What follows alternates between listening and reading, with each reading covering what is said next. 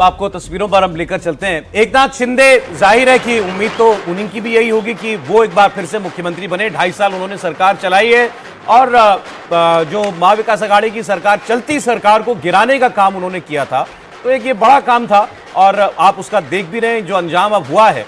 उनके नेतृत्व में चुनाव लड़ा गया, सरकार उनकी लीडरशिप में चल रही थी। दूसरी ओर देवेंद्र फडणवीस हैं, 5 साल उनके नेतृत्व में सरकार चली थी, 14 से 19 तक।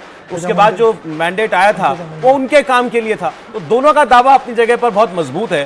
सवाल यही है कि एक बार देवेंद्र फडणवीस कड़वा घूंट पी चुके हैं, दोबारा क्या उनसे ये काम करवाया जाएगा? क्या एकनाथ शिंदे उतनी सरलता से मान जाएंगे इस बात के लिए? क्या हो सकता है देवेंद्र फडणवीस को और इससे बड़ा कुछ ऐसा ओहदा दे दिया जाए? महाराष्ट्र के मुख्यमंत्री से बड़ा तो कुछ नहीं होता। कुछ नहीं होता, बड़ा कुछ नहीं है। लेकिन मैं इस पे थोड़ा सा, ये जो समीर जी कह रहे हैं बिल्कुल ठीक बात है कि देवेंद्र फडणवीस की दावेदारी है। और एक चीज और समझिए, जब हम कहते हैं कि ब्राह्मण होने के नाते चूंकि उतने नहीं है वहां, तो उसका दूसरा पहलू भी तो है ना भाई। ओबीसी मराठा बनेगा तो ओबीसी नाराज होगा, ओबीसी बनेगा तो मराठा नाराज होगा। तो अगर एक ब्राह्मण मुख्यमंत्री बन जाएगा तो दोनों नाराज नहीं होंगे, क्योंकि दोनों को दिया जा सकता है। जो ये भी एक समीकरण है, एक समीकरण। दूसरा, भारतीय जनता पार्टी अभी पीढ़ीगत परिवर्तन से गुजर रही है, इसको जरा समझना चाहिए। जब पीढ़ीगत परिवर्तन से कोई पार्टी गुजरती है तो उसको अब नरेंद्र मोदी एक बड़े, जिसको कहें कि एक फिनोमिना है, वो एक इस तरह के नेता है जिन्होंने जहां तक पहुंचा है। लेकिन अब इसके आगे की राजनीति कहां जाएगी?